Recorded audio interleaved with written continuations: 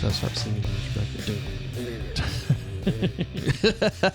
I'm surprised you don't have it on one of the quick buttons at this point. Yeah, well, all right.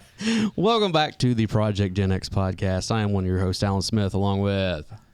I'm the other guy, Big Dave. And we would like to announce that our good friend... Barry is going to be a featured player from now on. Translation: Alan didn't want to write any more episodes and say, "Hey, can you come up with some stuff?" Well, Barry has not even me saying I don't want to write anything. You just like been sporadically throwing stuff at us and like, okay, cool. And also the fact that our episodes with the three of us are always really good. Oh, so yeah. it's we had a good time, and it's like, this will be awesome. We can bring another one of our buds in and absolutely and sit down. Happy to be here. Happy and we to be can here. we can piss Corey off and Always a good thing. Hi, Corey. Miss you.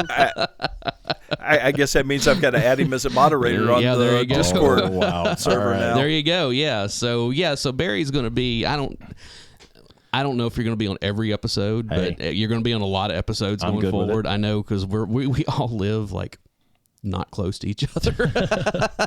God bless technology. That's but we also have the ability to, like, Dave is at home because Ms. Nay is still not feeling well, and so we do have the ability. She's feeling absolutely fine. She ended up going to work on Friday, and now she's catching up on work at the other job. Okay, so Dave just didn't want to come here. Yeah. And well, no, technically I'm still within my quarantine period, so I just don't want to take a chance on you guys ended up with it. So. And we appreciate that, brother. I ain't scared. So. Yeah. So Barry, since this is one of your topics, it is. One of many that you've brought to us. Because I knew this would be something close to my heart. Exactly. I love this. I know that this was something that there was a recent passing. Whenever you listen to this, Howard Hessman recently passed away, and Dr. Johnny Fever. Yeah, people know him from a lot of different movies, a lot of different TV shows. The man was talented across the board, but there is one role that he will forever be known as, and that is Dr. Johnny Fever from the TV show WKRP in Cincinnati. Yes. You want me to sing it? Yeah, no. If you ever wonder. Yeah, exactly. We did that before we started As God doing is this. my witness, I thought turkeys could fly. We may have to do a deep dive into WKRP at some time because it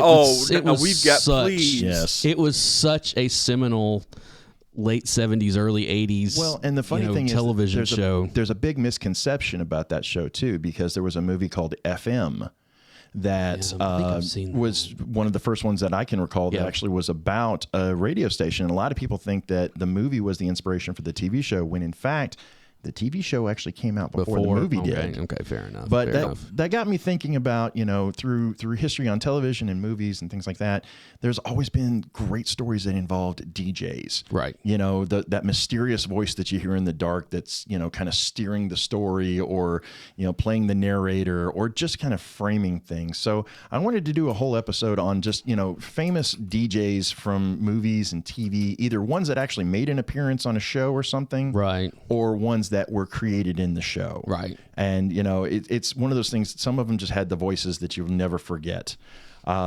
So I kind of made a list of it. I know these guys have kind of done a little bit of homework on it too. But one of us has. But I just thought one of us is completely flying by the seat of his pants here. Fair enough. But which one would that be? I can't imagine. Which person would that be? Can't imagine. It's me. I left all my stuff at home. No, I'm just kidding. But I have a list. I've been watching movies and television. Well, Dave's not wearing pants, so we know that it's yes.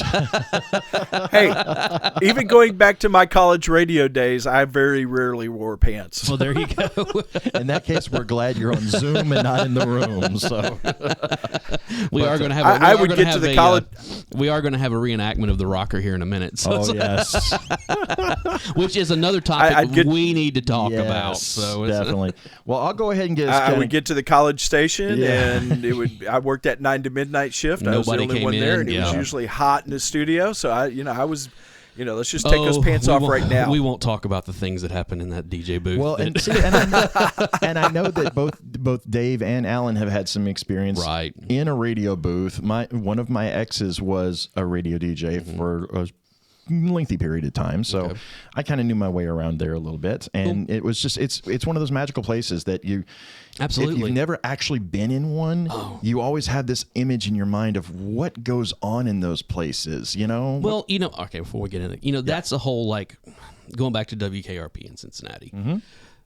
I remember watching that show as a kid and thinking that would be the coolest job ever. You know, just sit around and play music all day. Now, obviously, whenever Dave and I especially got to really, it was like, oh, you mean there's a lot more to this than just playing music, you know? And I do know from knowing people who were DJs, you know, there's, you go in, you work your 4-hour shift or whatever, but then there's a lot of production that you have to do before editing, and after. A lot of stuff like that. Yeah, and so it's a full job. It's not just going in there and it's slowly and surely becoming a dying job absolutely. now. It's all automated. More and more are getting them automated, or as I've heard it called, jock in a box. Yeah. Where it's really kind of replacing that element. And I know that, you know, when the three of us were growing up, that was part of the mystique was, you know, you had that local DJ that was just the coolest thing ever. But DJs could break music, you know, I mean, that was literally that was a thing that Alan Freed. Yes, Alan absolutely. Freed was the first one to really start breaking records. He didn't do it out legally. of Philadelphia. No. Yeah, it wasn't legal the way he did it, but, you know, hey. Well, he's one of those DJs that is always referenced as one of those influential DJs, but he was also one of those rule breakers who also got caught up in a payola. Yeah. Strangely enough, him and Dick Clark were the two big ones that got busted in payola. Out of L.A. Yep. And Dick Clark came out, you know, pretty well squeaky clean, and Alan Freed's career went down the tube after that. He died of alcoholism. Yeah, you know, that penniless. was That's because Dick Clark sold his soul to the devil. And he didn't age until he had his stroke. Yeah, exactly. And then, you know, Ryan Seacrest took over his soul, so it's okay. Yeah. Christina P. I can't remember her last. She's got a big, long Polish last name, but she just goes by Christina P. She's a comedian. Has got a really, really funny and completely, like, not kind bit about the last years of Dick Clark being on the New Year's Eve. Oh, it was hard to watch. I know. It was so hard to watch. She compared him to a dog that needed to be put down 2 years ago that you just can't bring your heart to do. And God love him. I mean, it didn't work. But in his heyday, I know. I mean, a lot of people are familiar with him from like American Bandstand and stuff. But I remember watching him on American Bandstand in the afternoons on Saturday. Absolutely. You know, but you know, to hear him on the radio was a totally different story, because I actually got a chance to catch some of his radio shows, and he knew how to command. There was a few times where he had stood in for like Casey Kasem on American Top 40, and just hearing his command of a microphone and keeping your audience into it, he was so good at what he did. And I was wrong. It wasn't L.A. It was Philly. It was Philly. Yeah, he was out of Philly. He was on one of the... That's where Bandstand was out of. Bandstand was out of it, Yeah. All right. But you're talking about DJs. They weren't just, you know, breaking music and personalities. They were also part of the, you know, the social movements that happened during, you know, the 40s and the 50s and the 60s. Well, that was the whole thing. Alan Freed started playing DJs, black musicians, you know, and that was you can't do this. So it's like, no. Yeah. You know, DJs were very much the punk rockers on the announcer side. From the music side, because these are guys that were pushing the boundaries. They were, you know, breaking the rules. They were moving, you know, the social conscious forward. Well, and the interesting thing, the bean counters and the marketers got involved, and they ruined everything like they do. They ruined it like they do everything else. And if you really want to just kind of do a deep dive on things, go through and look at what celebrities actually did do radio DJing at one point in time. The one that still throws me, Ronald Reagan was a DJ. Oh, wow. I could see that. And there's a story about he was doing sports commentary for Chicago Cubs radio. And he was in California.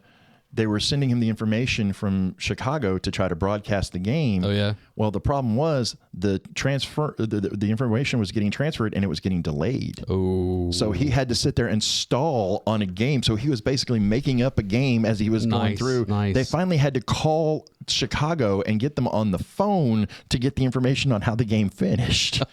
So it's hilarious to read some of these things. You know, Dave, again, you know, Dave and I were at college, you know, communications. Right.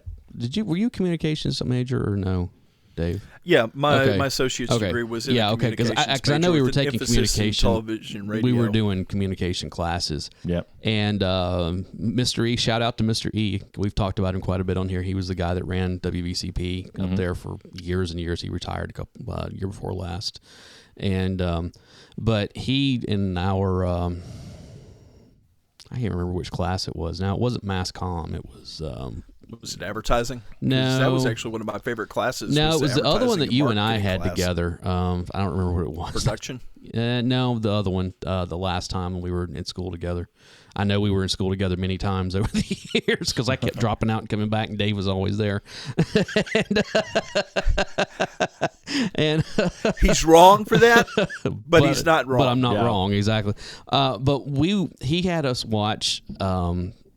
It's a Ken Burns documentary called Empire of the Air. Yes, which is all about the early. It is so good. I didn't even know it existed until we sat there watching. I was like, oh my god, this is so good. Say what you want about Ken Burns, because I love his documentaries. Some of his stuff's really good. Some of it will put you to sleep. Yeah. But that one is really good. The one on country music is amazing. I still have not seen that one. I need to watch really that. Good. The one on baseball is one of my favorites. Well, the one he did about jazz in the early 2000s was really good. Of course, everybody, the Civil War, Yeah, that one kind of drug on. And I'll be honest, the one that I didn't really get into one was he did the on World baseball. War. Yeah. He did one about, was it World War II? I believe so. I could not get into that one. And it's I think part of that also had to do with the fact that has been... That subject matter has been tread so many times that it's like you're really not bringing anything new to this whatsoever. You know the Ken Burns documentary drinking game, right? No. You have to take a shot every time they do a fly-in for a picture. Oh, wow. Yeah, you'll be hammered. I was ready to say 20 minutes into the game. It's like trying to watch the original Star Wars trilogy and take a drink every time Luke Skywalker whines because you never make it past Dagobah. I mean, it's just... the thing... Yeah, no kidding. You're talking about the Ken Burns photo fly-in? Yes. That became so prevalent that it's actually a photo movement, an actual labeled movement in some video editing suites. It's called the Ken Burns effect. That's awesome. It's called the Ken Burns effect. That is awesome. So since all three of us, I'm guilty. I've used it a time or two. Since all three of us have seen it, we're going to go on record is suggesting go and check out Ken Burns' Empire of the Air. Yes, it is really, really very good. I mean, it's especially all of the who invented radio. Because you got Tesla, you got Marconi, you got all these guys that just like, oh my God, and see how it's such a mess, and what it affected, and going from radio to shortwave to all of these to FM to FM. FM was a whole big thing. That was the guy that actually created FM wound up killing himself because they pretty much stole it from him. Yep. So So and at one point they were trying to develop like stereo for AM that they were stealing from FM, and they could just never get it off the ground. Because by that point, everybody had switched over, and they weren't really going to make that transition back to AM. Right. All right. Well, since we're 13 minutes in already. Well, we've already kind of started talking about the first one that I had on my list, so let's go ahead and get it out of the way. The show WKRP in Cincinnati, because it had some great DJs. Of course, Venus Flytrap. That's my man right there. You had Venus Flytrap, who was played by Tim Reed. Right. You had Dr. Johnny Fever. Yes. That was played by Howard Hessman. Les Nessman. He was the news guy. Nessman, I know. News guy. Those were the three big winner ones. of the Buckeye Award. Yes. For how many years? Oh my gosh.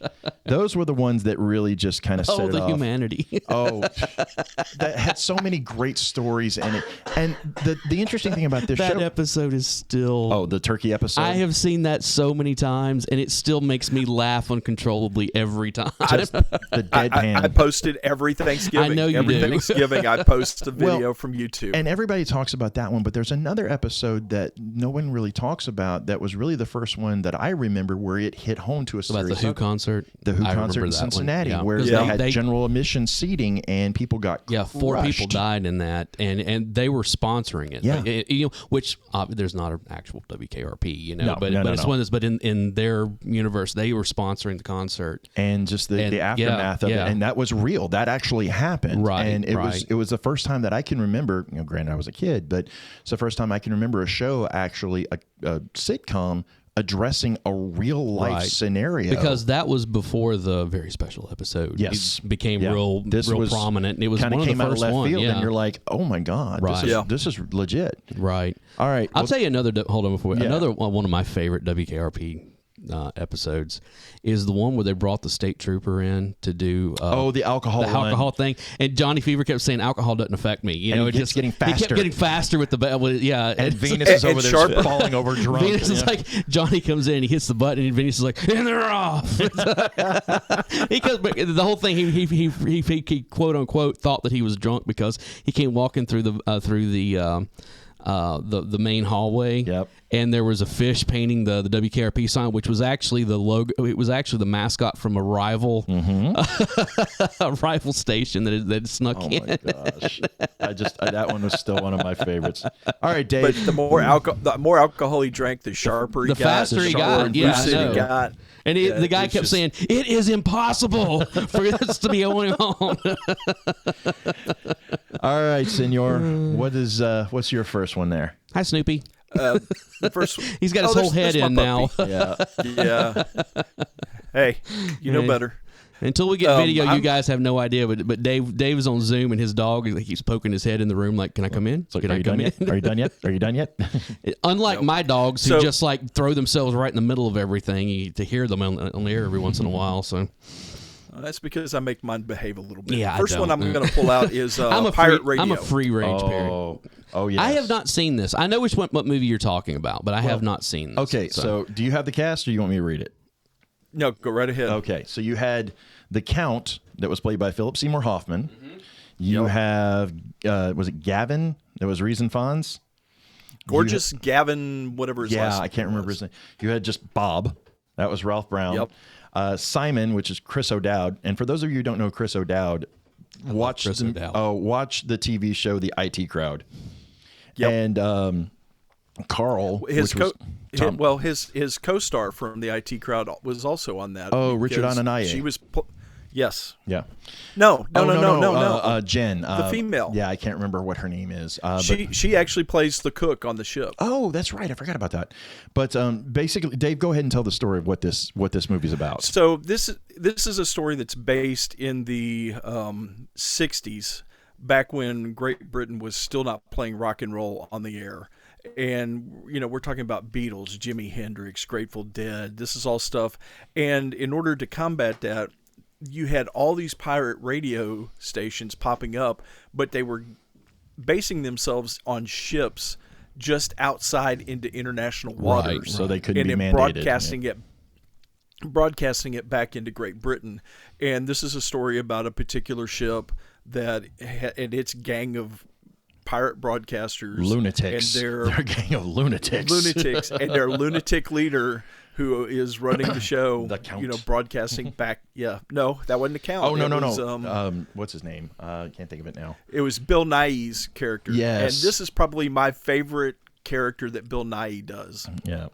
But, I mean, it's hard to find a movie that Philip Seymour Hoffman's in that's not just at least worth watching. But this one was so good, and it's just one of those ones that kind of flies below radar. But if you get the chance, I believe it's streaming in a couple of places. It's a good Saturday afternoon watch. I actually ended up renting it on YouTube, Vudu. Okay, Vudu. Nice. On that, before we get into, hold on. Mm-hmm. There is a great book called 40 Watts from Nowhere, A Journey into Pirate Radio. I've heard of this. I haven't read it yet. I read this book 15 years ago or so. Yeah. It's by Sue Carpenter. Mm-hmm. And she originally was based out of San Francisco, and she ran a pirate radio station out of her apartment. It was called KPBJ. Okay. And then she got a job, like a regular job in L.A., and then she started KBLT from her apartment there. It's a great name. Yeah, and it's really cool because it's one of those things where you're like, she ran like 24 hours a day, so she would have people come into her apartment that would do time, right. certain times and that kind of stuff.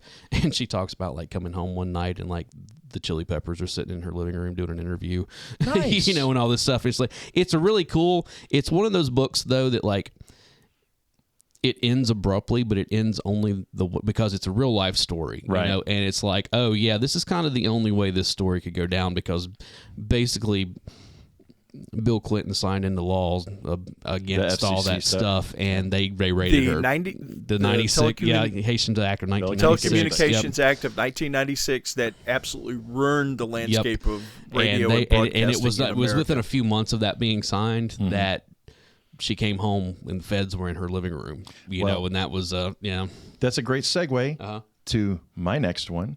Unless you have one, sir. Is it Happy Harry Hard-On? It is Happy Harry Hard-On. That would be from the Pump Up the Volume. That's right. We have talked about Pump Up the Volume. We are big fans of Pump Up the Volume on this show. Okay, I have a confession to make. Pump Up the Volume was the very, very first time that I had ever heard Leonard Cohen. And hearing Everybody Knows. I know. Oh, my God. That was such a good song for that. You know, that was Pump Up the Volume was one of those places that introduced Leonard Cohen to a lot of people. Yes, very much so. Now, I had been introduced to him a little earlier than that, but I didn't get into him heavy until that movie. Yeah, that was definitely my introduction to Leonard Cohen. That was actually my introduction to quite a bit of music. Well, yeah, because I mean that soundtrack is just incredible. I mean, you've got you have the Beastie Boys, you have Concrete Blonde, doing a cover of Leonard Cohen. Yeah, and I still like Leonard Cohen's version. The one that I find so. Well, you've also got Soundgarden. Soundgarden's on there. You've got Heretic on there. You've got Urban Dance Squad is on there. Yes. You've got There's one in particular that I kind of get a giggle at because we're it's Henry Rollins and they're doing the Pump Out the Jams cover. The MC5. Yeah, it was Bad Brains. Bad Brains. That's what it is. Bad Brains and Henry Rollins doing Kick Out the Jams. Yeah, Kick Out the Jams. But the one that I love, and this is just the music geek in me.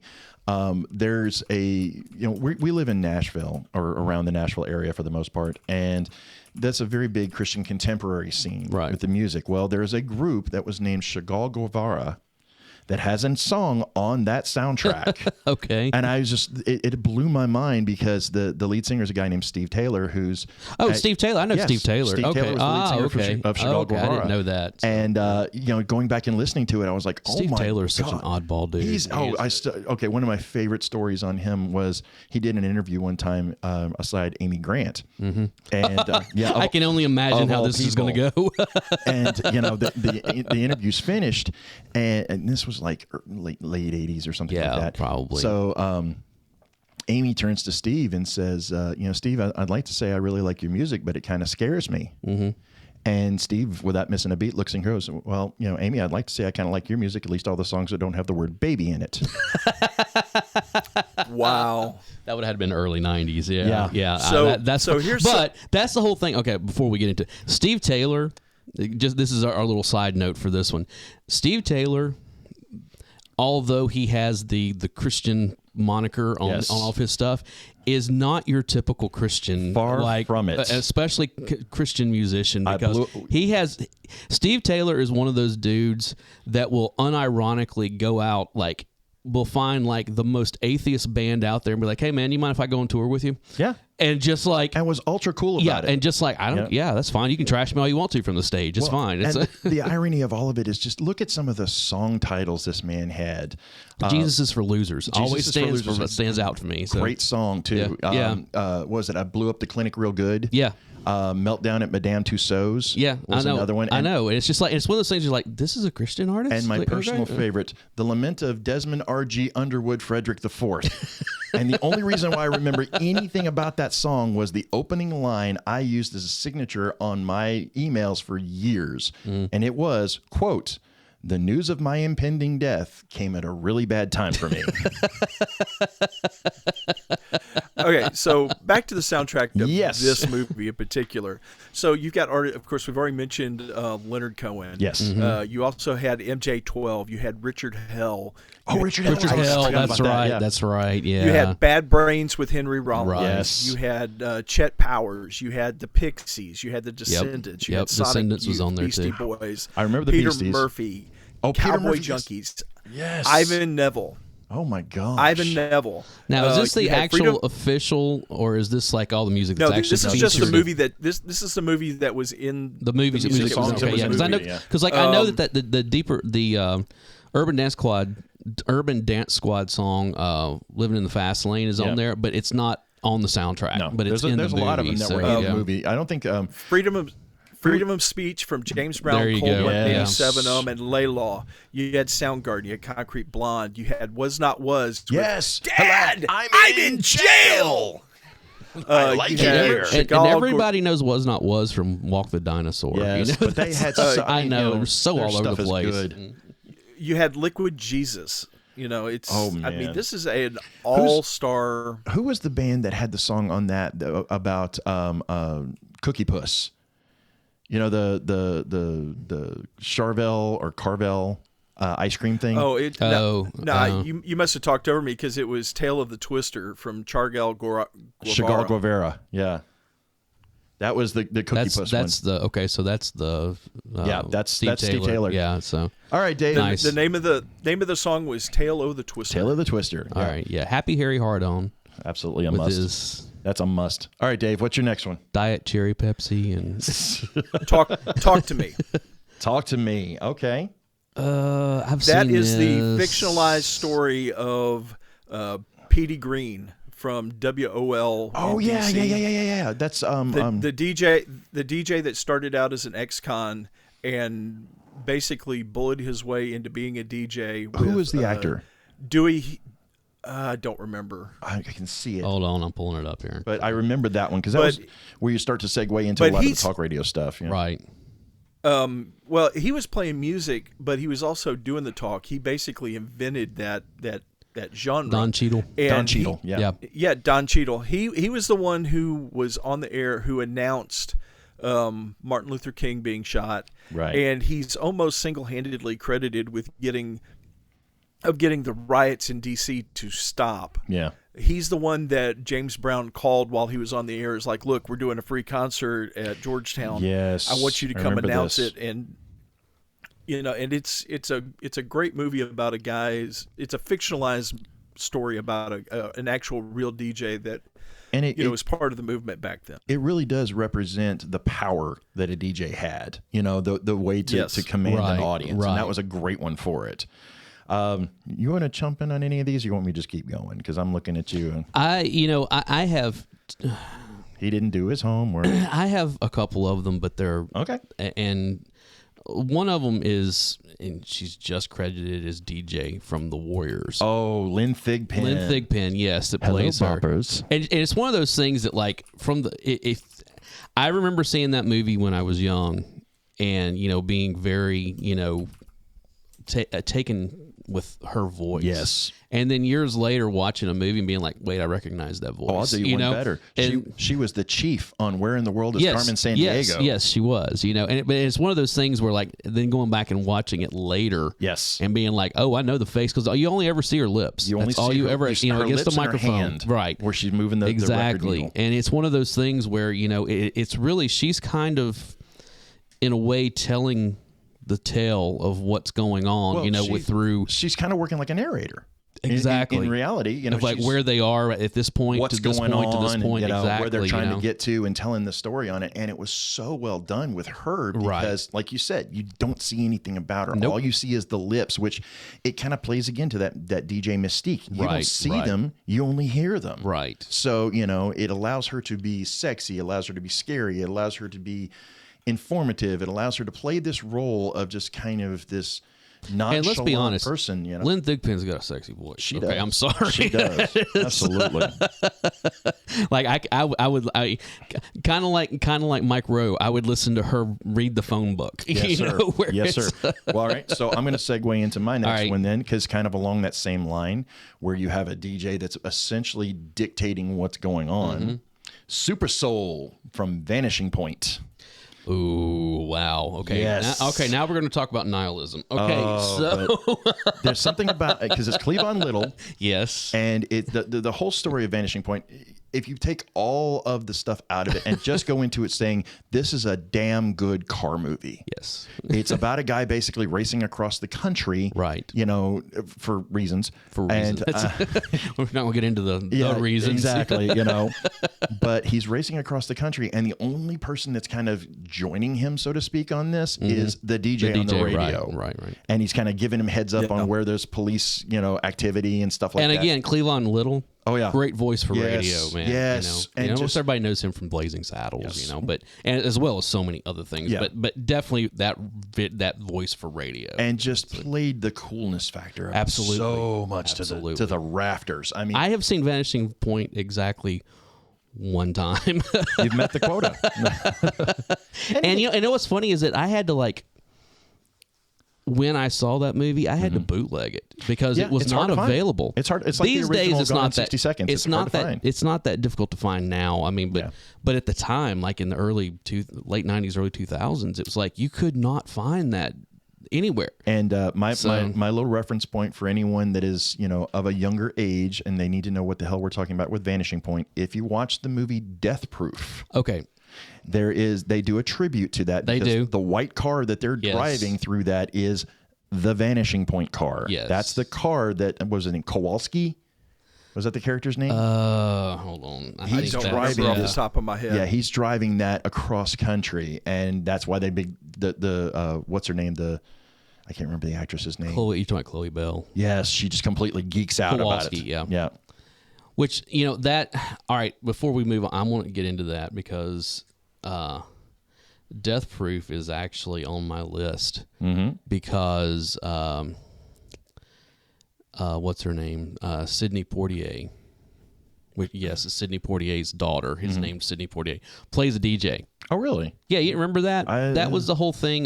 She plays Jungle Julia. Oh, the one where she's requesting the song by the band that had like 6 names. Right. But it's that whole thing that when they're driving and they're going to the bar. Yep. They're every time they see her billboard. Oh, kind of stuff. Yeah. And that's the whole thing with she said on the air that if you go up to her friend and say this certain thing that she'd give him a lap dance, type stuff. So it's like, so it again goes back to that whole radio thing. Absolutely. So yeah. All right, Dave, what do you got? It's my favorite DJ from KBHR FM in Sicily, Alaska. I knew Dave. Chris in the morning. I'm surprised you did Chris not lead with this immediately because I know how much of a man crush you have on Chris. Hey, so I love this show. Oh yeah, I loved Northern Exposure. But part of the reason why I loved it was because of Chris and that I've always had a love affair with DJs. I've always wanted to, be in radio and do that thing. I've just never had, any success at it. And now we're podcasting. And now we're podcasting. Yeah, which is essentially the same thing in a lot of ways. So, well, more on the old style, we're the non-regulated stuff. Yeah, the non-regulated. For now. Damn the man. The new pirate radio. Damn the man. So, but yeah, Snoopy made his break. He did. He's in here. He's got his head in my lap He finally was like, all right, I'm going to make it in. Buddy, get out.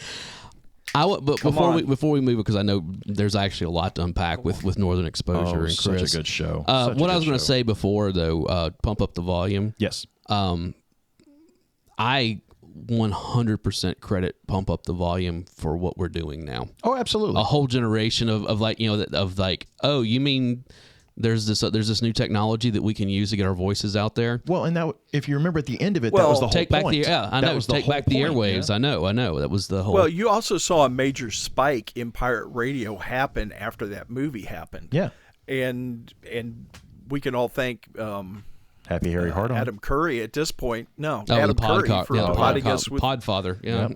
The Podfather for him and a couple other guys creating a technology that now allows everybody to do it. And literally everybody in the world now is starting their own podcast. Right. And you know what? In a way, bad, that's well, I'll say it's a good thing, and I'll say why. Because in a way, it's kind of the most part. It's kind of the Wild West. I'm not going to lie. Still, which is funny because this is a 20-year thing, and it's still considered the Wild West, which is weird. But in the same token, it really gives everybody the opportunity to, if you think you have something unique to say, gives you the platform to do it. I will say this though. And believe me, I am not an elitist whatsoever when it comes to any form of communication. And, it's kind of the same thing, though, with podcasting that's happened with music and the internet, where say what you will about the way things were done prior to the internet, because we all have gripes about the record industry and that kind of stuff. At least they did kind of curate stuff down to presumably the better of everything. True. Whereas it's kind of the same thing now with podcasting, where it's like, what do we got now? There's over 1 million podcasts out there. So now to say that there's over 1 million podcasts is kind of a misnomer, because there's only like a few 100,000 active podcasts. True. But there's also a few 100,000 podcasts that you have to wade through to find. And believe me, I've done it. I mean, believe me, I have done it. I listen to an ungodly amount of podcasts. Same here. And it's still one of those things where, and I add stuff all the time that doesn't make the cut eventually, where I'm like, I can't do this, and I look at it very similarly to like going to a bookstore. Yes, there's billions of books. Exactly. And you're going to go through and look at titles and say, and then there's going to be that one that just catches your eye, and you're going to go, okay, this looks interesting. Let me dig down into this. Right. And you may stay with that author, or you may say, this sucks, and I'm going to move on to something else. Or they had one good book or something. Right, exactly. We've done that plenty of times. How many podcasts have you heard that had one great episode, and the rest of them you're just not good? I know. So anyway, anyways, back to Sicily. Yes, back to Sicily, Alaska. Dave. Yeah, this is your cue. I announced my show, and you guys run off. You guys run off on a totally different tangent on me. So you what am I love us for it, though. This show would not exist if it weren't for tangents. Okay. Yes. So basically, he had no format. He played whatever he wanted to play, and he mixed it in with his own philosophical musings, about life and about nature, and he would read sections from poetry and. So if you're ever wondering what literature, if you're ever wondering what you do with a liberal arts degree, nice. I feel attacked right now. I say that having a liberal arts degree. Well, I feel very attacked right now. But so. and to kind of play off of what you were saying there, Dave, it reminded me a lot hearing him just kind of going off on just randomness. It had that college radio feel. Very much. It had that public access kind of feel to it, Man. Which exactly. If you like that kind of stuff, it's gold for you. Talk about the Wild West when public access. Really hit in the 80s, man.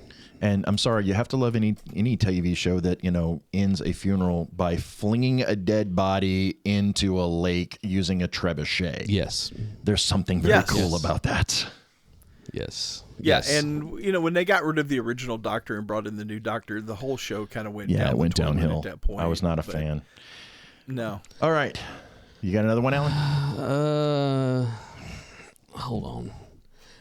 I'll let you steal off my list if you want. No, I've got it here. Because I'm kind of in my head going through like, this one is going to be one of those where Dave goes, what is wrong with you? What are you doing, Dave? He's typing. Okay. Sorry, I should have muted my mic for that. I'm going with Jack from The Fisher King. Ooh. Good choice. Good choice. I would not have thought of that, but that's I can't. Basically, what happens? It's Jeff Bridges, and he's kind of a shock jock. He's kind of a shock jock, and he one night. This is early in the movie. He's talking about this new quote unquote yuppie bar that's open, or whatever, and he says somebody should go in there. He basically says somebody should go in there with a shotgun and take care of all these yuppies, or whatever. And that's exactly and somebody what happens. does, and it winds up that Robin Williams' wife was one of the people that was killed. Of course, he loses his job. He all that kind of stuff. Loses his mind. Yeah, well, I'm talking. Jeff Bridges. Yeah, loses his job and everything, and he's held liable for it and all this kind of stuff. And it's like, and it is that kind of. That movie came out in 1990 or 91, somewhere in there, and it's one of those that someone I'm sure that will come up eventually. Howard Stern was kind of. I have him on my list. Yeah, Howard Stern was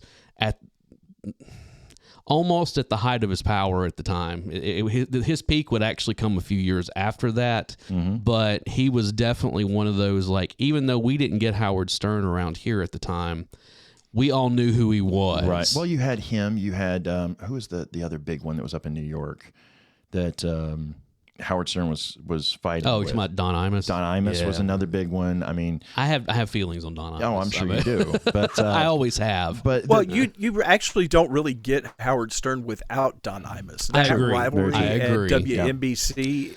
is half of what made.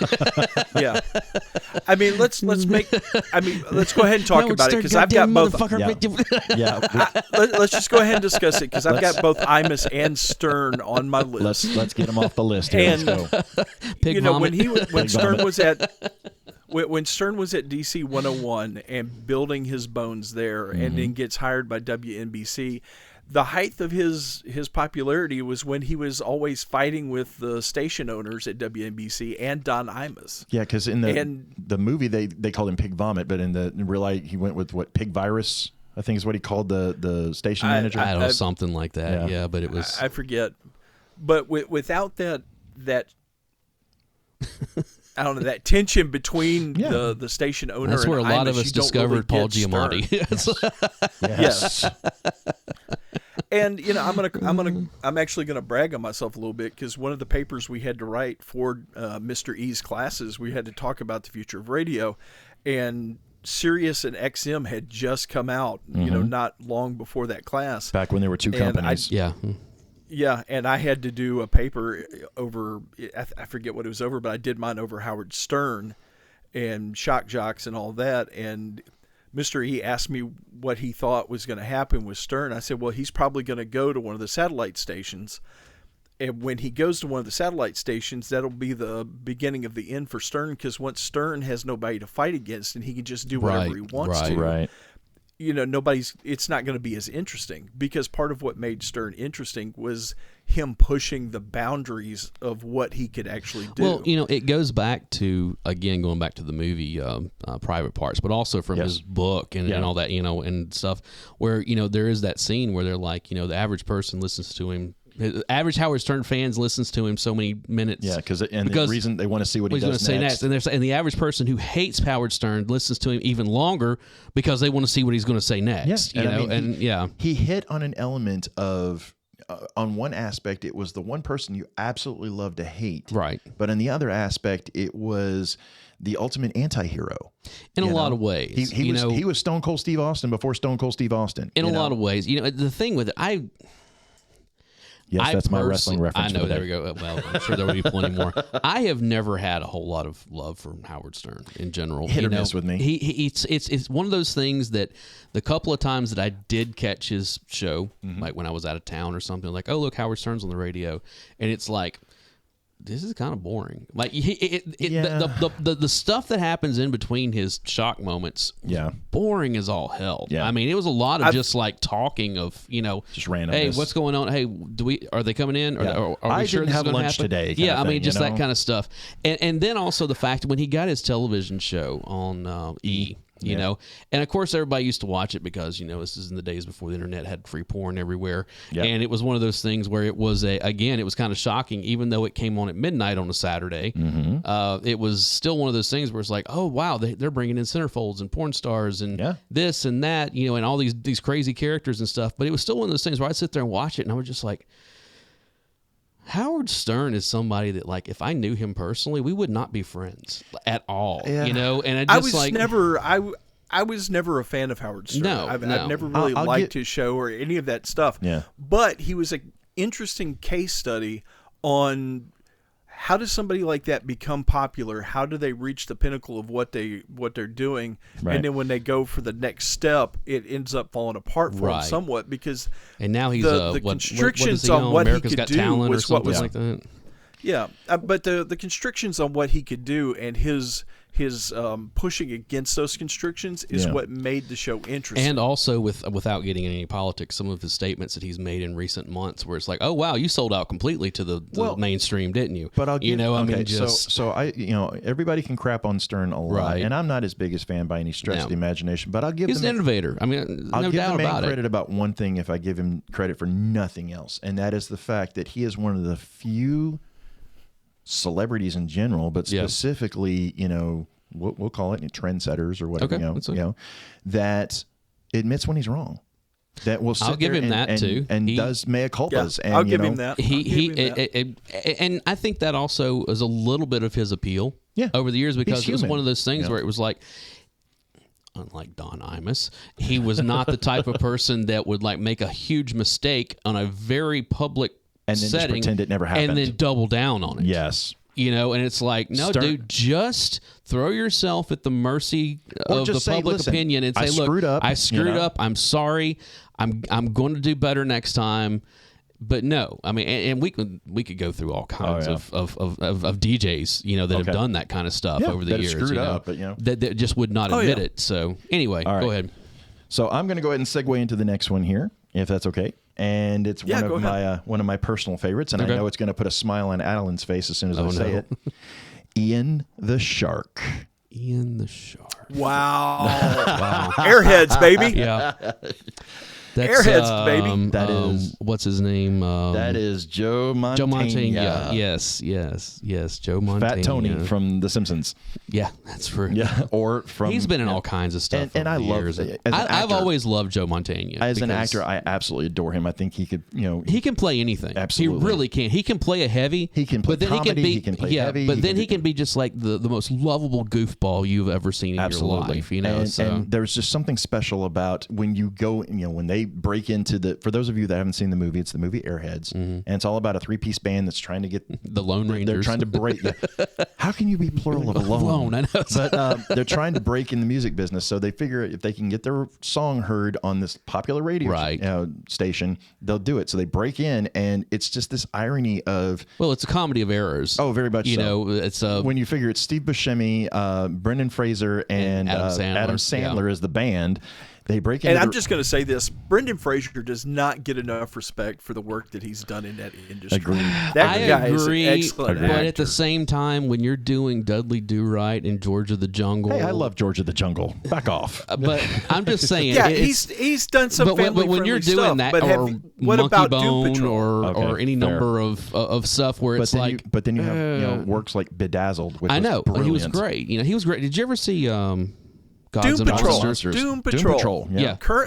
Gods and Monsters. He was amazing. And dude, I've seen him do like just some amazing work over the years. And but to kind of switch back over to Joe Montana, when they get into the radio station and you see Joe Montana, and he is the epitome of what we all know as what a real radio DJ looks like. Oh, absolutely. He's older, he's haggard, he's wearing just sluffy clothes, he's pissed off at overweight. Everybody. I mean, it's just, I know. He hates the music. Hates the music. He's tired of being there. What was the band? The Sons of Thunder? Yeah. You know, and I mean, he's got a beer in one hand and a bottle of Pepto-Bismol in the other, Believe me, I'm well aware. You know? But that really just, and then when they finally sit down and start talking, and forces the band that's broken in to kind of say, all right, you got in here, what are you trying to say? Right. Right. And there's just something special about he sees this spark, and you see how he just kind of falls back in love with music through the process. Right. And that's why I absolutely love that movie, just because, I take the three mains out of it, just for Joe Montana falling back in love with music. That right there is worth a watch for me. And again, it features a song that I didn't always, but there was a good chance that if you were listening to my show, I would open up with, which Degenerate? The Ramones. We Want the Airwaves. We Want the Airwaves, yes. I mean, it's just... And hands down, one of the best cameos in it by Lemmy. That's right. I used to masturbate. Constantly. I was the head of the school newspaper.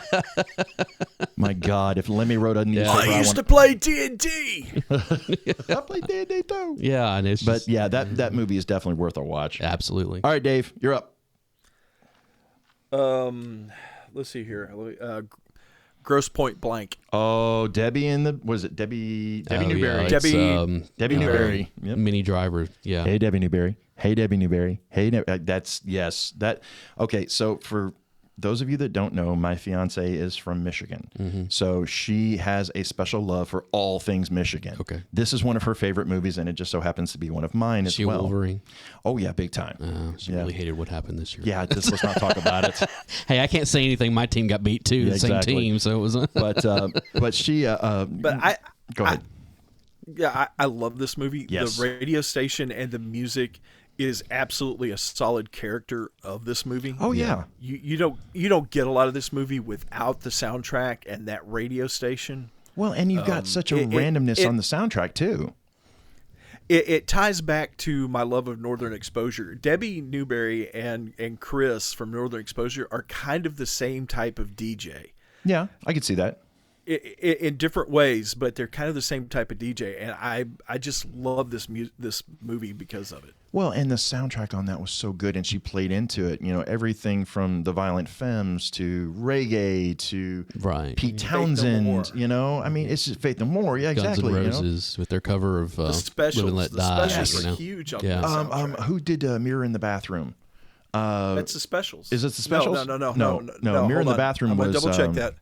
I want to say Human League, but that's not right. No. Because it was one of those bands that General Public, I think it may have been. Was it General Public? Yeah, but that just or was it Public? No, it wasn't Public Image Limited. But the way that soundtrack English beat General Public and English beat are basically the same band. Yeah. So. But just the way that was put together and how it played off of what was being seen, you know, what you're seeing on the screen was so good. Mm-hmm. And you're right, Dave. I mean, she does have kind of that, I don't want to say nihilistic, but just very stream of consciousness. I'm going to say whatever the hell I want to say. It's like getting Camper Van Beethoven and Cracker mixed up. Yes. Yeah, well, you know, hey. Yes. Essentially the same band. Yeah. All right, Alan, you got us another one? Did you ever see Talk Radio? Is that the one with oh gosh. Well, obviously Eric Bogosian? Yeah, where he's playing Howard Stern character. Which I think, doesn't he get murdered at the end of that movie, if I'm not mistaken? His name was Barry Champlain. Yeah, there you go. That one, I have not seen that movie in a long time. Like, I was in high school. It's a dark movie. It really is. It's a very dark movie, but it, kind of plays, again, off of the whole, Right. Now, at the same time, when I said Talk Radio, of course, immediately I thought of the television show Talk Radio with as Bill well. McNeil. Exactly. That's on my list, too. And that is, but yeah, that movie Talk Radio, I remember seeing that. And again, very nihilistic movie. Yeah, very dark. Very dark, and well worth a watch. Mm-hmm. It's not like it's not a it's a Sunday afternoon. I'm going to sit down and watch it. It's like no. You have to be you have to be prepared for that movie. You almost need to have like a light fluff piece set up to watch afterwards, to kind of cleanse your soul after watching this thing. Yeah, but it's still worth watching. And kind of along those same lines, I'm going to go ahead and throw mine out there. Dave Garner in the movie Play Misty for Me. That was Clint Eastwood. Yeah. And I hadn't thought about that movie forever. That's funny. I had to do a little bit of mental gymnastics there. Like, yeah. Yeah, I mean, and it's kind of the same idea. It's that he plays a DJ that gets this obsessive fan that falls in love with him, and she keeps calling in saying, "Play Misty for me." Right. And it's an interesting take on the thriller / horror movie where you've got this guy who's pretty well isolated because he's a DJ, and then the one way that somebody can get to him is through the phone. Right. So, and it's there are plenty of cases of that kind of stuff, of people that listen to these DJs and become obsessive about it and everything, and just while I'm on this, let me rant for just a moment here, boys, because I noticed that there was one trope, for lack of a better word, that I saw a lot of, is that you saw DJs being used a lot in horror movies. Yes. And it kind of surprised me. Oh, yeah. Like one of my favorites was Stevie Wayne, which was Adrienne Barbeau in John Carpenter's The Fog. Yep. Where all you hear is her doing this. Right. I mean, that's right. You've got that, and one of my favorite ones, I still say it's the greatest concept of a zombie movie that I've ever heard in my entire life, was a movie called Pontypool. It's a lesser known movie, but it's definitely worth a watch.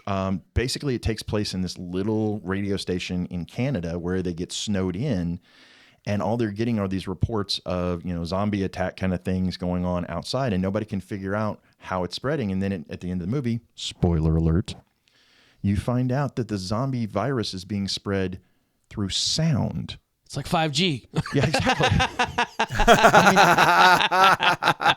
It was one of those ones that just up until that point, I had never thought about it that way. But it was just this really cool concept on a zombie movie, and the fact that it takes place, it's the whole everything's trapped inside of a building. Well, if you're trapped inside of a radio station, what are you going to do? You're going to stay on the air, right? So it's that whole thing of him trying to report what's going on, and it's very much. John Carpenter's The Thing. It's very much, any of those movies where everything's happening outside and you're trapped in and you have to survive kind of thing. That's the last thing we need is another movie to become prophecy like Idiocracy. Oh God. So. I'm sorry. I'm trying to look up something here because there is a. Well, I'm going to go while you're looking up then. Yeah, you go on, go, Dave. Let the man search. Go ahead, Dave. I'm going to go with my next one. Okay.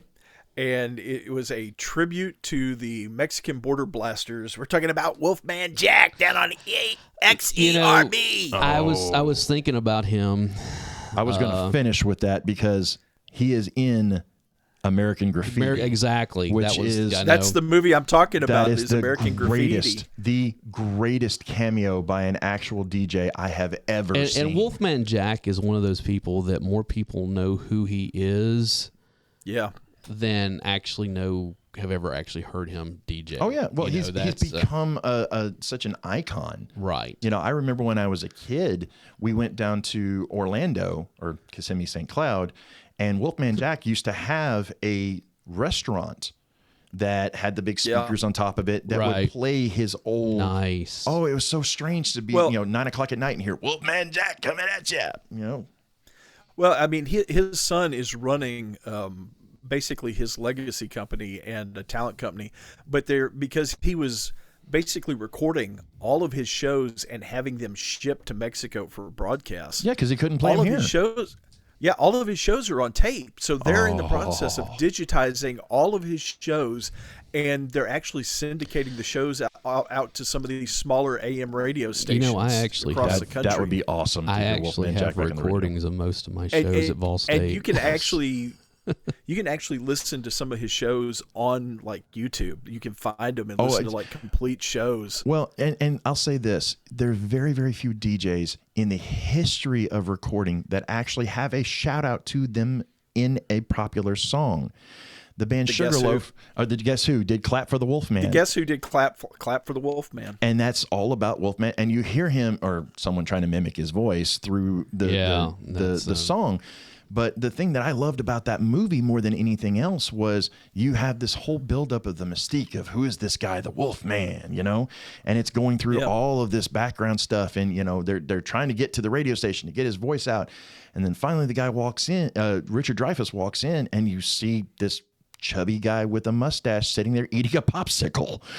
And that's the whole scene. It's like, well, this is kind of a letdown, but you find out later on that was actually Wolfman Jack. And it kind of goes back to that whole Ian the Shark thing where you get this buildup in your head of what these people look like or sound like or what kind, they've got to be the coolest guy on the planet because of X, Y, or Z.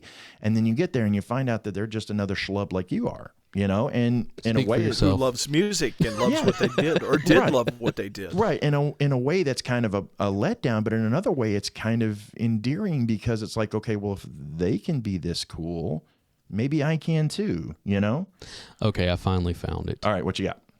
George Jones had a song that came out in the 80s called Radio Lover. Yes. That is about, I was trying to remember the name of the song, is Radio Lover, which is basically about a woman listening to a DJ and she'll call in and like request songs and sending it out to him, that's what I was trying to find because, strangely enough, George Jones and, I was just listening to another podcast about George Jones. Cocaine and Rhinestones, and they talked about that very song. I know. And again, shout out to another podcast, Tyler Manco. We do it all the time. Dude, Cocaine and Rhinestones is such a good show. All right. So I've got a couple more left here. And, we talked a little bit about Bill McNeil, so I'll go ahead and take him off the list, even though... One thing I do want to mention about Wolfman Jack is people forget that he was actually the host of Midnight Special. Yes, he was. Which broke so many different performers, not just musicians, but a lot of comedians. Between Midnight Special and what was it, the Don Kirshner's rock show. Yeah, that same thing. Yeah, it's so fun to go and watch some of those. Oh yeah, some of the performances are great. The New York Dolls was on there. It's like, whoa, you put the New York Dolls on television, like on broadcast television. Well, I mean, if you can find video of the Midnight Special, Don Kirshner's rock show, the Old Grey Whistle Test. Yes, that's another good one. Those are just forgotten about that. Those are so good. And I mean, to see some of the performances, one of my favorite one was Meatloaf. Performing on Old Grey Whistle Test was just, I mean, to the rafters. All right. Hey, his name was Robert Paulson. His name was Robert Paulson. Didn't we cover this in the last episode? It doesn't matter. All right. His name is Robert Paulson. So, Alan. Yes. I'm here, and I'm listening. God. I have to go with Frasier Crane. Yes. From Frasier. And you know, the thing is that I liked Mad Dog personally. Oh yeah, because he was just such an idiot. Oh, I mean, he was off the chain. But yes, Frasier Crane is a. And especially like at the end of every season, they would do a rundown of all the voices, like the people who called in. There were all these big names that you've heard of, and every now and then you could pick them out. Every now and then, yeah. But yes, Dr. Frasier Crane. Oh, you cannot talk about radio on television or radio in movies and not bring up Frasier, because the fact that you see how it interwove into his life in Seattle, and it was just. It's so interesting because I know these guys can speak to it. You go and see the shots of him in the studio, and you're thinking, wow, I've never seen a studio that was that big or that clean. Oh, no joke, dude. Or that nice. Yeah, exactly. Because you guys can't see cracker boxes. You guys can't see the size of the room that Barry and I are sitting in right now, but this would actually be big for a DJ booth. Oh yeah, absolutely, and relatively clean. Yeah, I know. It's like comparative. Well, that was the thing, because like again, going back to Dave and my time at WVCP, when we first started in the late '90s, working on the air there. Mm-hmm.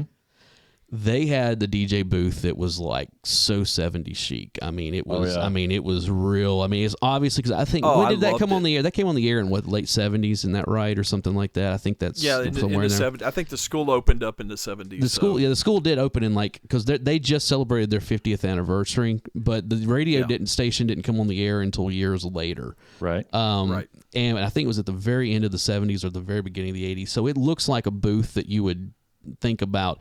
It was very close to what you would see in WKRP. So, not as big, but that type. And then in the years after I graduated and then came back, they had gone in and completely redone it, and it was like white. I mean, it was pristine in that place. It was like so. And when I was still there, they still had a couple of Techniques record players. Yes. Oh, nice. And I decided to go back, and I started pulling records out of the boneyard, and I think I was one of the last DJs that was still spinning wax live on air. Now, I will say this, there was a tornado. I taught myself how to do that. Yeah. There was a tornado that went through there in 06 that hit the building that it was in pretty hard, and they wound up moving the radio station from that building to another one. Right. And their DJ booth is huge now. Oh, I bet. Oh, I mean, like it's one of those things where it was like it's a classroom booth. Yeah, it's a class. I mean, it's literally like we could get a bunch of us in there. when we went back to the when they had a reunion a couple of years ago, and Dave and I were there, and I walked up to Mr. E at one point. I'm like, "So, when are we all getting on the air?" He's like, "That's not happening." It's like, "Oh, come on." He's like, "But nope. We're better now." Yeah, I was about to say, we know what we're doing now. We don't have that kind of money for bail. Well, I was going to say, me at that time, me in my late 40s, would probably be more likely to say something you're not supposed to say on the air as opposed to me in my 20s at the time. So. You ran out of dams to give. A long time ago. So. All right, Dave. He would be trying to get us kicked off the air, and I'd be trying to keep us on the air. Naturally, it would be exactly like the podcast is now. Yeah, pretty much. Pretty well. All right, Dave. I'm gonna back away from the microphone for this one. Uh-oh. I know what's coming. Good morning, Vietnam! I was going to end with that. Yeah, nice. Robin Williams. What's the guy's name? Adrian Cronauer. Are you okay, Dave? Adrian Cronauer hour. Yeah, I just blew my lungs out. Which is really funny because I remember seeing him interviewed right around the time that movie came out, and him kind of being like, "Yeah, some of this is true, some of it's not." He said he was never that funny. Yeah, exactly. Type stuff. I saw him in an interview on CNN back when CNN was actually doing news, and right as this thing was coming out, and I guess he didn't realize that he was live on the air, like unfiltered, right? And he dropped an F-bomb. Right in the middle of the interview, and it was one of those things where it was like, yeah, we're live, just kind of like, oh, sorry. Oops. But it was still one of those things where it's like, I remember seeing that in the movie and people talking about it, because I think I was maybe early high school when that movie came out or something, whatever, it was like 88, 89 somewhere. So I was probably a freshman somewhere in there, and everybody talking about, like, man, that movie ends so weird. It's like no, that's how the story ends. He got on a plane and he got out of Vietnam, and that was it. So yeah. But again, that movie repopularized the "What a Wonderful World," the Louis Armstrong song. The soundtrack off that thing was ridiculous. I mean, it borders on like Forrest Gump level of soundtracks. It was just crazy good. Well, it's part of that whole group of that Vietnam era movie soundtrack. Anytime that you get something like China Beach, Forrest Gump, Tour Duty. Let's just go ahead and call it. It was the boomers working out some trauma, is what all that stuff was. But they also brought in some stuff. Let's admit it. They had trauma to work out. Oh, I admit it. The Vietnam debacle. I mean, is just it still resonates. My uncle, who is in his mid-70s, was in Vietnam, and he's still dealing with crap. He's not like.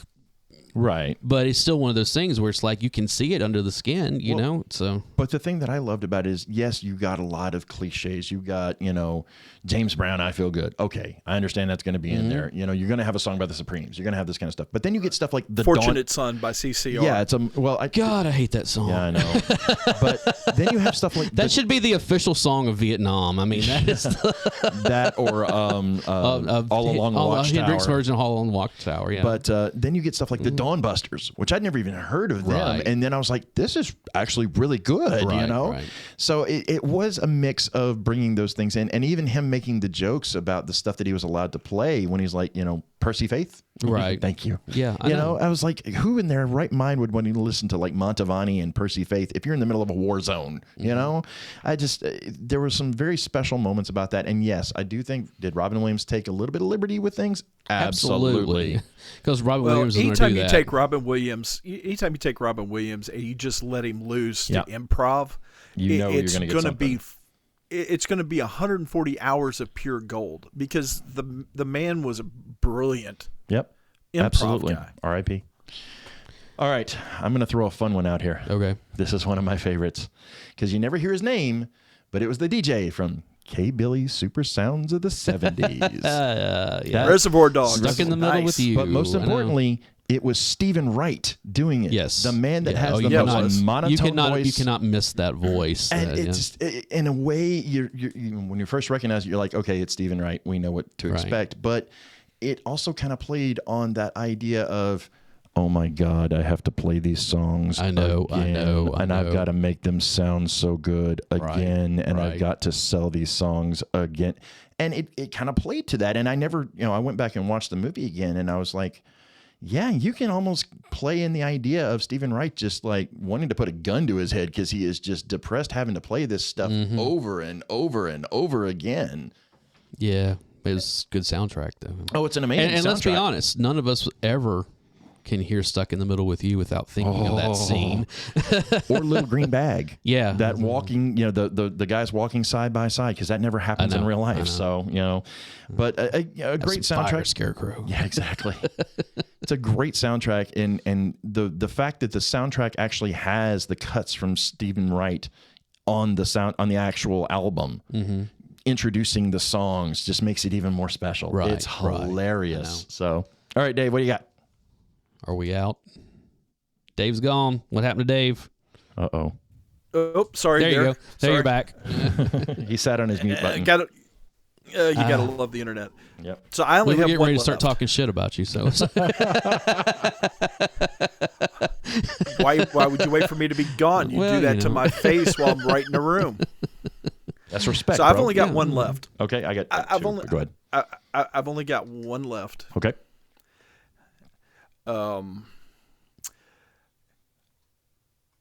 108 FM, Mr. Senior Love Daddy. Oh, it's on my list. Samuel L. Jackson from Do the Right Thing. Oh yeah, yeah. That's right. That's right.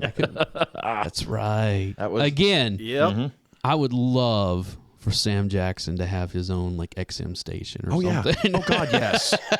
and let's be honest. I know we try to keep this as clean as possible, but to have him, I would just want, for however long he's on the air every day, to have the motherfucker count. Oh yeah,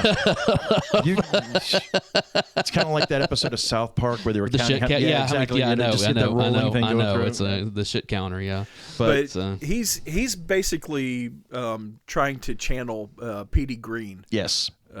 Who we've already talked to, but absolutely he's doing it in New York in the movie. He's hottest got day that of the crazy summer of the year. Mm-hmm. Yeah.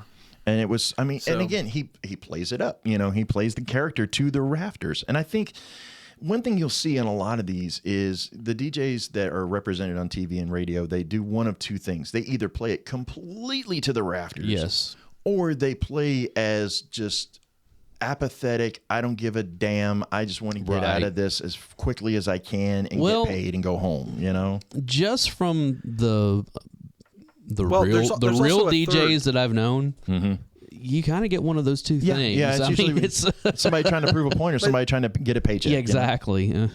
But there's actually a third character that you see him play, and that's kind of the de facto narrator for the movie. True. Yeah, you see that a lot. Now that you mentioned that, with the Warriors, with Vanishing Point, What was that terrible horror movie you made me watch during our with Bad Candy? Bad Candy, yeah, and that was the whole thing. Yeah, it's a terrible movie. Don't watch it. Okay. It's got Corey, the guy from Corey Taylor from Slipknot. It's got C. Thomas, not C. Thomas Howell, but Zach Galligan from but the whole Gremlins. The whole thing is but they're they're Corey DJs. Taylor is playing a DJ and they're telling ghost stories over the air. Yeah, on Halloween, on Halloween, and they're kind of playing the de facto narrator for the film. Also, they're part of the film. Nice. So. Oh, you know what that reminds me? I've got one. Okay. I have one more. Let me find it. Go ahead. All right. Well, I've got two more. One I've kind of already touched on, but this one I haven't mentioned. But we did mention it in a previous episode, though. It was from the movie Trick or Treat, and it was the DJ Nuke, played by, if you're going to have somebody from the 70s play a DJ, you can do a lot worse. Original Trick or Treat, okay. Gene Simmons doing the DJ Nuke. And it's just, I would pay a good amount of money to hear Gene Simmons just turned loose into a studio with access to every possible song he could imagine and just allow him to kind of ooze through the radio. Not my favorite person in the world, I'll admit, but there's just something about the way that he plays that character and just plays that essence of cool, kind of, very Steve McQueen-ish. Kind of, oozing through the radio as he's doing don't do that to Steve McQueen. I mean, he did it, man. He played it. Don't do that to Steve McQueen. It's still one of those things that, the movie, love it or hate it, there was something very special about seeing him do that and seeing Ozzy Osbourne playing a preacher. I mean, there's such weird casting on that, but it worked. So, yeah. All right, Alan, what's your last one? Because I had this. Yep. Had made a mental note of it and completely forgot because that's what I do on the regular until Dave talked about horror movies. Right. The movie Urban Legend. Oh, yeah. Tara Reid's character, Sasha Thomas, she has that love advice, kind of like love lines or whatever.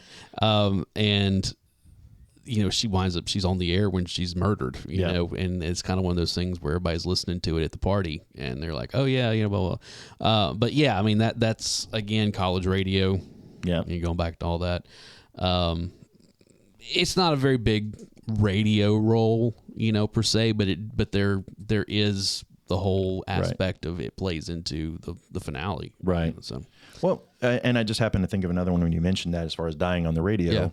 Yeah. Johnny Grunge from The Adventures of Ford Fairlane. Yes. Played Johnny by Grunge. Gilbert Godfrey. I forgot about that. Yes. Johnny Grunge. Where he's just, trying to be the most disgusting human being on the planet, Well, he wasn't far off. But I like Gilbert Godfrey. Gilbert's all right.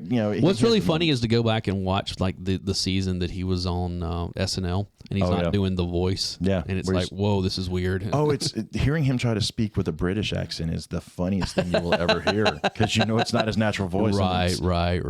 He almost sounds like Jerry Seinfeld. It's very weird. It is weird. All right. Well, the last one that I've got, and I kind of made mention at the beginning of the show, is the movie FM. Okay. And just to read you who was in this, there's a few names that you won't recognize, but there's a few that are going to go, oh, yeah. One of the characters was Jeff Dugan. It was played by an actor named Michael Brandon. One of the DJs was named Mother, and that was Mother Eileen Brennan. Oh, wow. Yes. And she plays up that sexy, raspy voice. Yeah. You had a guy named Doc Holliday that was played by Alex Karras. For those of you who don't know who that is, that's Webster's dad. Yep.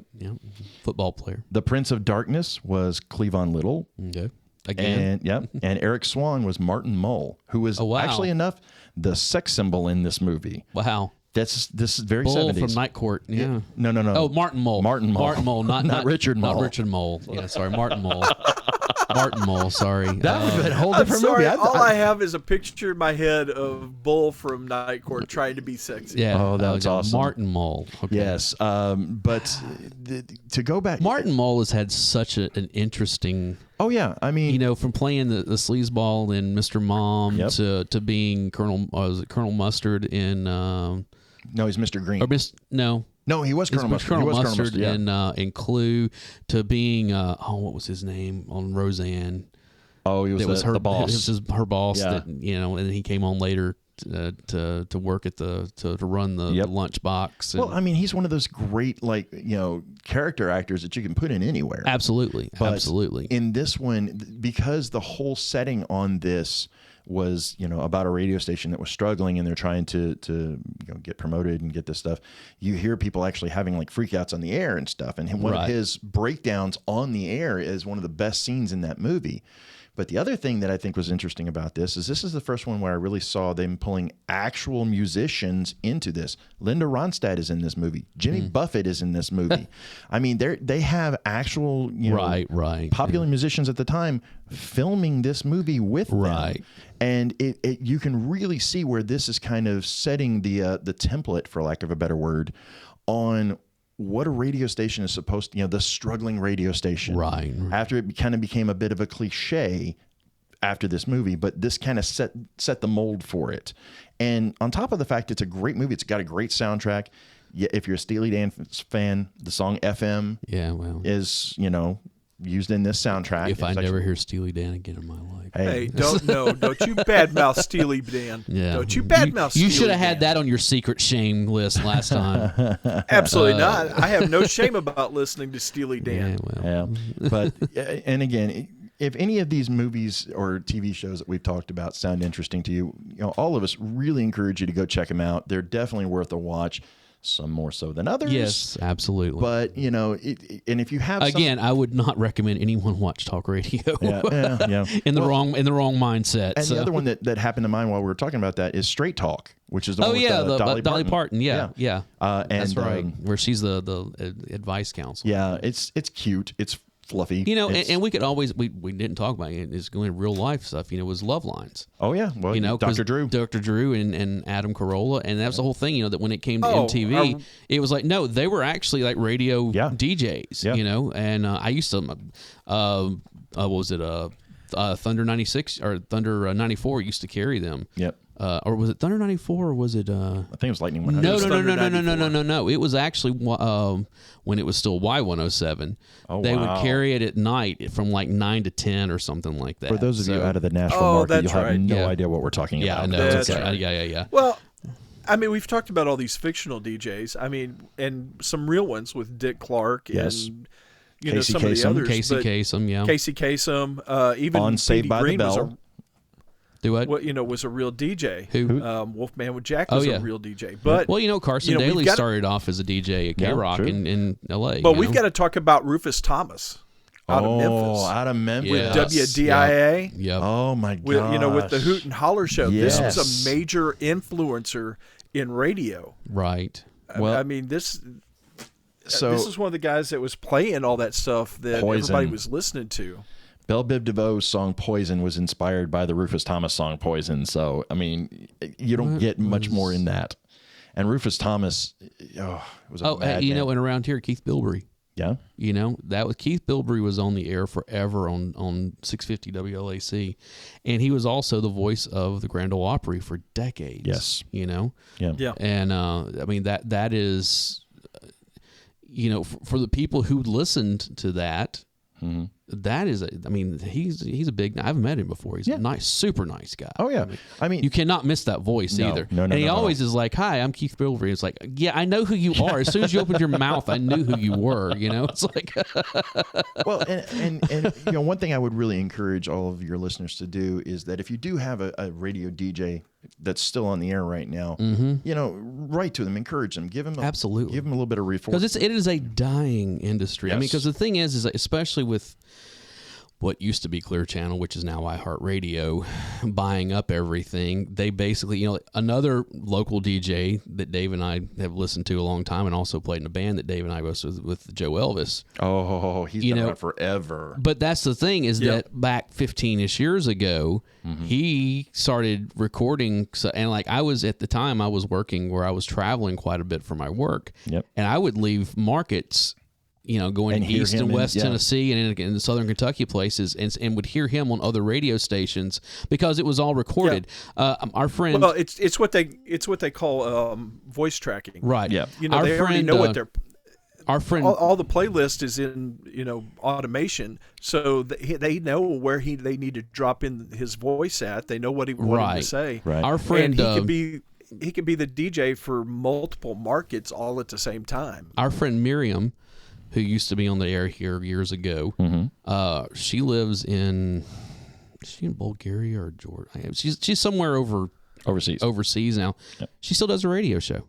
That's awesome. She does it from there, and it's one of those things. She's got a home studio. She's got two kids. She does everything from the home studio. They track everything, and then it comes back to the radio station here in the U.S. that she's working on. Well, I have a friend of mine named Erica Fox that was on the radio here in Nashville for a while, and they have now moved to somewhere in Florida. But she's on internet radio, and she started doing her show again. Right. And, it's the same idea. Shout out to you, Erica. Yeah. But one that you were talking about, or when you were talking about local DJs that have been around forever. Right. And if this doesn't put a smile on both your faces, I'm really going to be disappointed in you. Coyote McLeod. Well, he's since passed. Well, yeah, I know, but that guy was around. I was forever. thinking about him. I was also thinking about what was his name? Jerry. It was on Jerry House. Jerry House. It was on WSIX. Yes. Forever in the morning. Then you had with but what's Bubba Skinner's real name? Because he was on KDF and then he went to WSIX. Yep. In the afternoon. I can't think of it off the top of my head. I can see him too. Yeah, I know. But it's one of those things where again you have, and the thing is that both of those guys, because the CMAs every year they would have like Carl P. Mayfield. Thank you. They would have one of the awards they would give out would be like the best DJ in small market and large market stuff. And Jerry House won the small market for multiple years in a row. Yep. And Carl P. Mayfield wound up winning several of them as well. Mm-hmm. So it's kind of cool to know that that those people that you listen to that you've heard in your own local area have reach outside of the area. Well, and then you get into like the old, a lot of the radio shows that got marketed to other markets, like Red Hot and Blue. Well, we've forgotten a couple other ones here. Remember Rick Dees? Oh God, Disco Duck. Disco Duck. Shadow Stevens. Tom Joyner. Yeah, you got to mention Tom Joyner. Shadow Stevens. These are people that Dr. Demento. Yes, absolutely. Dr. D. I mean, you got to give a shout out to Dr. D on that. Yeah, But these are Tom Joyner. That was a good pull, actually. Yeah. I'm glad you mentioned that's a great one. So, but there's going to be radios or radio DJs that are in specific markets that people are going to know that they're going to be. Why didn't you say XYZ or whatever? Well, that's a Doctor. What's his name? Aquarius is one, and then also the other Dr. Dre, who's the and Ed Lover. Yeah. They started off on radio and then went to MTV. Well, that's like Sway with exactly. Shade 45 on XM. Exactly. He was a DJ that got hired by MTV, and then he went back to DJ. And now he's on Sirius XM. Exactly. I'll throw another one out here. I still try to listen to Sway because I enjoy listening to the Five Fingers of Death. Yeah. Oh yeah. I mean that's just awesome. Well, and let us not forget Delilah. You know, there is that. It may not necessarily be the music that you know. like, but you know, you got to give credit where credit's due. Hey, you know, she has a huge audience. Oh yeah, I mean, and like even now, she still has a huge audience. Yeah, absolutely. You know, I know I keep bringing up. It's mainly middle-aged married women, but you know, it's like, or people that are trying to fall asleep. Exactly. You know? Yeah, it's definitely put you to sleep. sleep. Keep bringing up Pete. I know I keep bringing up Petey Green, but Petey Green is also part of that group with his producer, the guy that discovered him, you know, Dewey Hughes, who ended up becoming a DJ in his own right, who ended up buying WOL, which became the cornerstone of what is now Radio 1. Oh, wow. Oh, wow, because I didn't even know that. You know, something we haven't talked about is a lot of the morning stuff. You know, you have like Rick and Bubba, or you had Bob and Tom. You know, and these were all syndicated, you know, that, what was some of the other ones? You know, that wind up being, Opie and Anthony. Free Beer and Hot Wings. Free Beer and Hot Wings. Or you had, what was it, Mancow. Mancow out of Chicago, you know, in different places, you know, different, and nice. We're not even getting into sports talk at this point. I mean, that's a whole other thing, you know.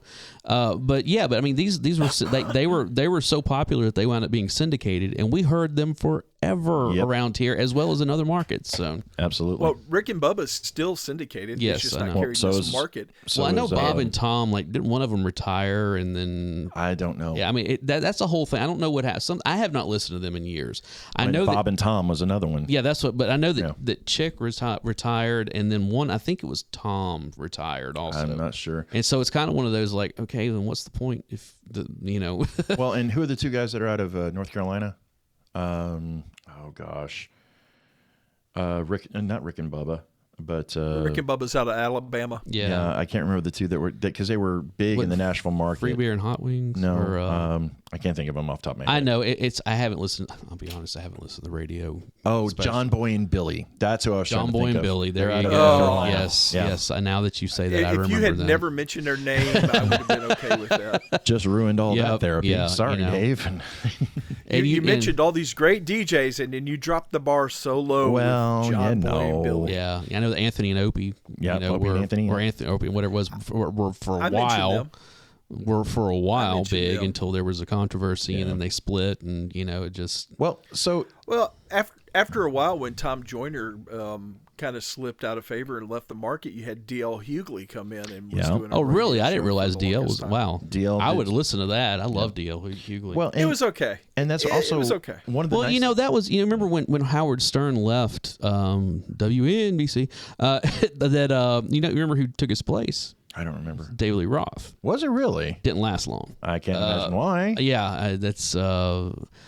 probably didn't have enough money in the budget for all the cocaine he was shooting. Well, very possible. Look, a little bit of David Lee Roth goes a long way. Yeah, no kidding. And he's one of those people that if you do not have a good producer that can rein him in and keep him focused, you might as well forget it. Yeah, it's he's worse than I am about that, and that's saying a lot. Okay, yeah, that's fair. That's fair. Well, so listen, I was going to go probably dead even on that one. So we have listed off a ton of DJs. Hey, remember we said this was going to be a short episode, and we're an hour and a half already. Hey, that's all right. But one thing I want to encourage all of our listeners to do is, if you get the opportunity, if you hear, you know, if we miss somebody that you want to have a shout out to, or you think there's something that we need to know about, jump on Discord. Come out and tell us about this stuff. Look at you being all professional and shit in here. It's like, hey, I'm on Discord right now. I'm on Discord right now. He's not wearing pants, but he's on Discord right now. We make Barry a featured player, and all of a sudden he's like being all professional. It's like, we have a standard to live down to here. Okay, this is. Forgive me for raising the bar. I'm sorry, Alan, but yeah, seriously, if you guys do have any, you know, anything that we've missed on this, because we're always looking for new stuff as well. You know, if you hear of any DJs that are, you know, ones that have had just historic stories, there's a ton of them out there.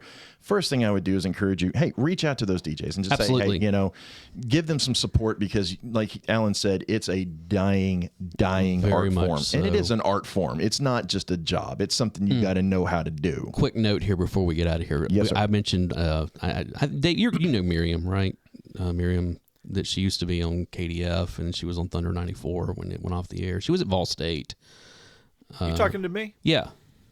Did you know Miriam? Yeah, I knew Miriam. Okay. Yeah, I figured you did. I'm pretty sure she didn't like me. I considered me like a big nerd or something. I love Miriam. Miriam and I were tight, and I still think some days she didn't like me. So it was just like, nice. That's just her. And probably rightfully so too. But she was employed by Thunder 94, which was, a radio station. The best radio station. One of the best radio stations that we had, especially in the mid-90s, And she was there, and I would love to get her on the show to talk about this, and we probably can do it. She was, the day that they went off the air, all the DJs got together and locked themselves in the booth and went off on management, completely uncensored, until they finally shut down the the transmitter. The transmitter. That's awesome. And I mean, like, completely uncensored. I mean, painted the air blue on the way out. Beautiful. And I'm like, I have always wanted to sit down and talk to her about that, because we never really did. Because every time I asked her about it, she would just kind of laugh and wouldn't say anything. So I'm like, all right, we're gonna have to talk about this. I wonder if there's a non-disclosure. I don't know. I doubt it. I mean, that's been 25 years. Somebody's got to have a recording. Yeah, of it. and they got to have. That's okay, listeners. If you have this recording, send it to us. Yeah, absolutely. Oh, and there was another famous, like, there was going back to the Y107. Yep. There was Late Night Lunatics used to come on Sunday nights at midnight, and remember they got pulled off the air one night. Well, I was listening to them when it happened. There's a very famous clip of Casey Kasem. Oh yeah. But was it Fluffy? Yes. Was the name of the dog or something? Yeah. And he just goes off about having to talk about somebody's dog dying, and they forgot to cut his microphone, right? And they recorded this. I know. Oh, it's brutal. I know. But it's so much fun, because you think of Casey Kasem as like constantly a happy person, and just ripping into the idea that he's got to segue in from this to a story about a dog dying. Exactly. So, all right. So now that DJs are humans too. Yeah. Yes. And now that I derailed the whole thing again, as Barry was saying, go and check out our Discord. Go check out our Instagram, and as well as Facebook, which I don't know how much longer we're going to continue with Facebook, but we'll see. I mean, it's kind of I'm just about done with Facebook or Meta or whatever the hell they're calling themselves these days. So, I've been trying to post stuff over there. It's getting harder and harder to use our. Well, Facebook I know page. that since we have gotten multiple inquiries from Facebook wanting us to like, because they got into podcasting this last year, wanting us to start uploading there. And Dave and I both read the terms of service, and we're like, no. No. It's kind of the same way with Spotify. Yeah, exactly. That was the whole thing. I was ready to like submit us to Spotify until I read the terms of service. I was like, fuck, no, we're not doing this. And there are some other pretty much more popular podcasts than us. They're having problems with Spotify right now. Yeah. And multiple ones, more than just the one that everybody's thinking of right now. Yeah. And so I'm just like, no. Again, it kind of goes back to the, hey, this was a lot of fun, and then the suits get involved. Yeah. You know what? Well, this is where I'm once again going to plug Adam Curry and the fact that. He the No is Agenda Show with John C. Dvorak, you know. Well, it's not just that. He's trying to make sure that podcasting 2.0 stays a free, use item by doing podcasting 2.0, because for the longest time... Have you looked into podcasting 2.0? Oh, you need to. It's really cool. I'll check it out. Something we actually have an index in there, but we haven't done anything with it yet. So which we need to. So. Yeah, we need to, because basically when podcasting got started, iTunes became the de facto index. Right, I remember that. I know. Well, iTunes, Apple has now changed the way they're doing podcasting, and it's screwing everything up. So now Adam Curry and his group of tech geeks are trying to fix it so that there's an actual independent index so that nobody can really kill podcasts. Okay. Right. Well, keep podcasts free, kids. Absolutely. That, and stay hard. Absolutely. Take back the airwaves. Talk hard, That's right. Talk hard. But, and if you enjoyed this episode, spread it to your friends. If you hated this episode, hey, that's good press too. Yeah. So, spread us like a venereal disease. Remember, like I've always, what's the old old adage. Like they I've just always want to see said, what we're going to say next. Yeah, exactly. Like I've always said from the beginning, if you love the show, tell your friends. If you hate the show, please tell all your enemies. Yes. Well, guys, thanks again for having me in, and I look so much forward to more episodes. And since this is going live, and we probably won't get another one beforehand, just remember, if you're not getting the V or the D this coming February 14th, it's pronounced Valentine's A. Are you just trying to plug it for you? No. I saw that the other day, and I shared that with a friend, and I was like, believe me, the irony of how this is pronounced is not lost on me. Oh, yeah. So Are you just that hard up for Russell Stover's candy? Yeah, is that it? Come on. You know? All right. So on, man. for all of our listeners, Alan's single and evidently desperate. If you're looking for if you're looking for a bad time, give him a call. Find him on Tinder. No. Let me tell you about a service that I got. No. That's a whole different show. I was going to say he's probably on Grindr too. But okay then. Will you wrap this up, please? Yeah, well. So anyways, I am Alan Smith. I'm the other guy, Big Dave. And I'm Barry. And we will see you next time. See you. Baby, if you've ever wondered whatever became of me. I'm living on the air in Cincinnati, WKRP. Got kinda tired of packing and unpacking, town to town, up and down the dial. Maybe you and me were never meant to be. Just maybe think of me once in a while. I'm at WKRP in Cincinnati.